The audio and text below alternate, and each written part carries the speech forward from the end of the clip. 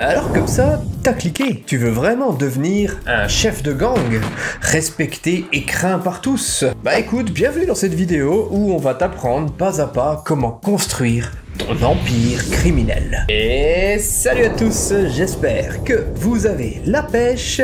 On se retrouve pour un nouveau comment devenir et cette fois-ci, je vous invite dans l'univers des gangs. On va s'inspirer des plus grands chefs de gang que le monde ait connus, comme Stanley, alias Tookie Williams, des Crips à Los Angeles, ou même Alpo Martinez, le roi de Harlem. Dans cette vidéo, tu vas apprendre comment recruter, mais aussi comment survivre et même comment diriger ton gang depuis une cellule. Parce qu'il y a quand même des chances que tu passes par là. Mais attention, ce n'est pas pour les âmes sensibles. Alors mets bien de côté ta morale et prépare-toi. Comment devenir un chef de gang? C'est parti! Avant de devenir chef de gang, il te faut absolument une vision claire. La question c'est, pourquoi est-ce que tu veux créer un gang? Est-ce que c'est pour protéger ton quartier, comme les Crips? Est-ce que c'est pour contrôler un trafic, comme les cartels mexicains? Non, pas ce trafic-là. Un autre trafic. Ou alors, peut-être que tu veux simplement devenir puissant et riche comme Alpo Martinez dans les années 80. À chaque vision correspond des actions. Prenons les Crips. Leur objectif initial, c'était de protéger les jeunes contre les violences extérieures. Leurs premières actions, patrouiller les rues et chasser les gangs ennemis. Alpo Martinez, lui, a bâti son empire en introduisant la farine à Harlem, utilisant le charme et la manipulation pour gravir les échelons du trafic.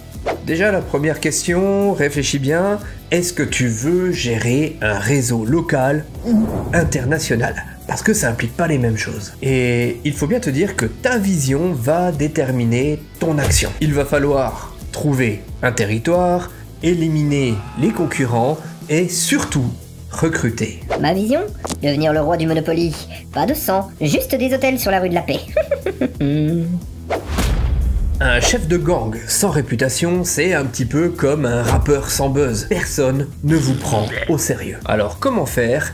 La règle d'or, c'est marquer les esprits. Les Bloods, par exemple, ont construit leur réputation avec leur code vestimentaire rouge, leur graffiti sur les murs de Los Angeles et surtout leur capacité à répondre aux attaques de Crips. Plus récemment, certains gangs sud-américains comme le MS-13 utilisent des tatouages pour intimider et se reconnaître entre eux. Pour toi, ça pourrait être créer des événements marquants et ce serait pas mal de le faire avec une action audacieuse. Tu peux t'attaquer à un territoire ennemi ou t'attaquer à une symbolique. Mais là, fais bien attention, tes actions doivent être stratégiques.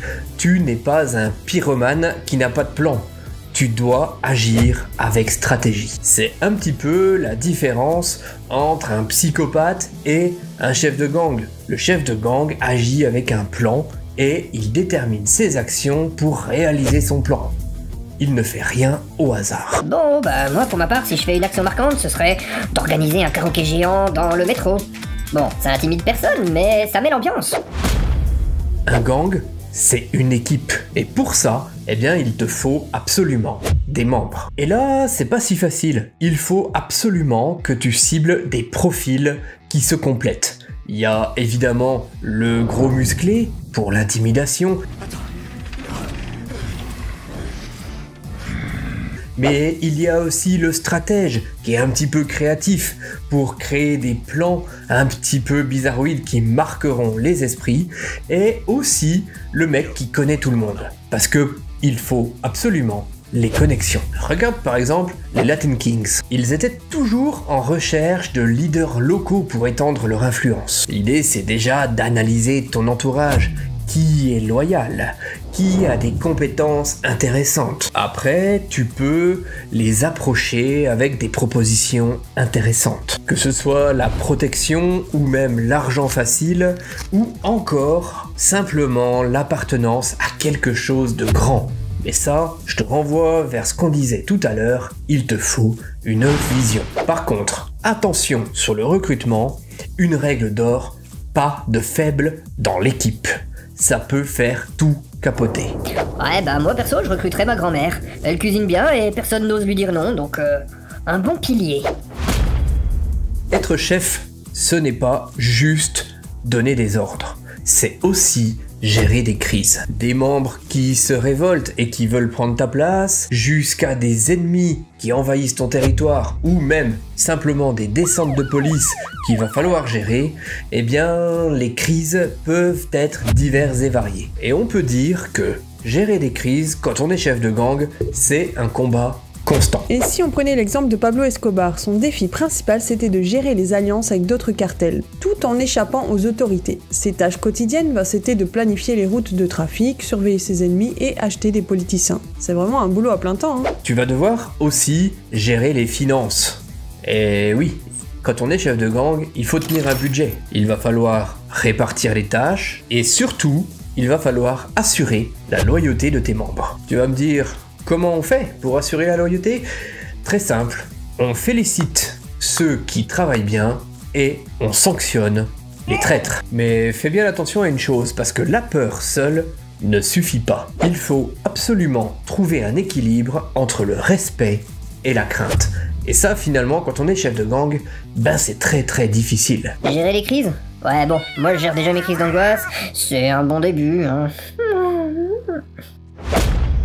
Il y a une chose que tu dois absolument prévoir, c'est que si tu finis derrière les barreaux, ton empire ne doit pas s'arrêter. Tu vas me dire, comment faire? Eh bien, la première étape, c'est déjà de sécuriser un téléphone portable. Dans pas mal de prisons, eh bien, les différents chefs de gang continuent de gérer leur business, leurs petites affaires en communiquant avec leurs lieutenants, en utilisant des téléphones illégaux ou des messages codés.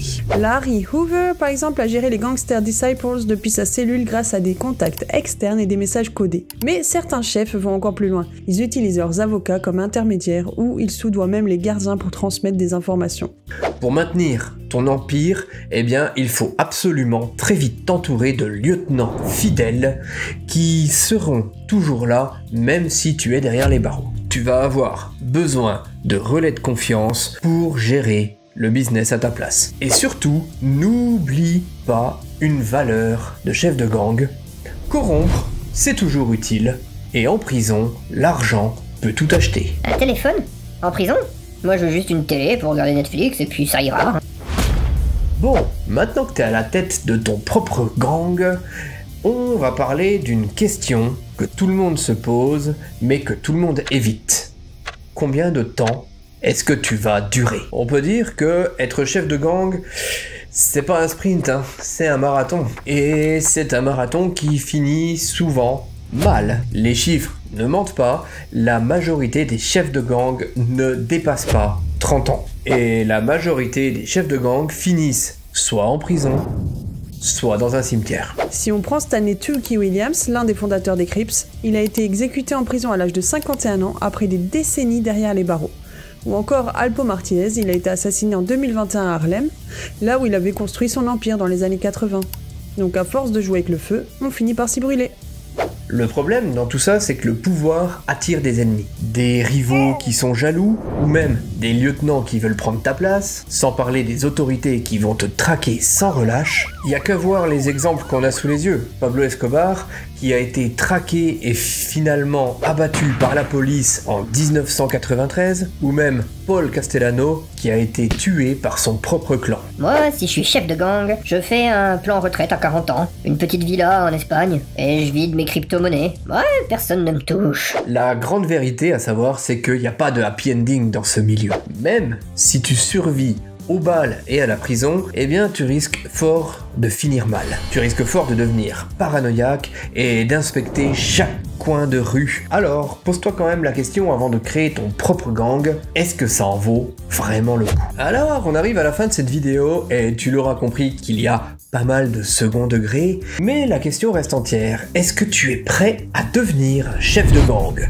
Est-ce que tu es prêt à devenir le prochain Pablo Escobar? Ou est-ce que la peur de ne pas dépasser les 30 ans va t'arrêter? Pose-toi quand même la question, il y a peut-être des carrières un peu plus intéressantes comme pâtissier par exemple. Chef pâtissier ou chef de gang?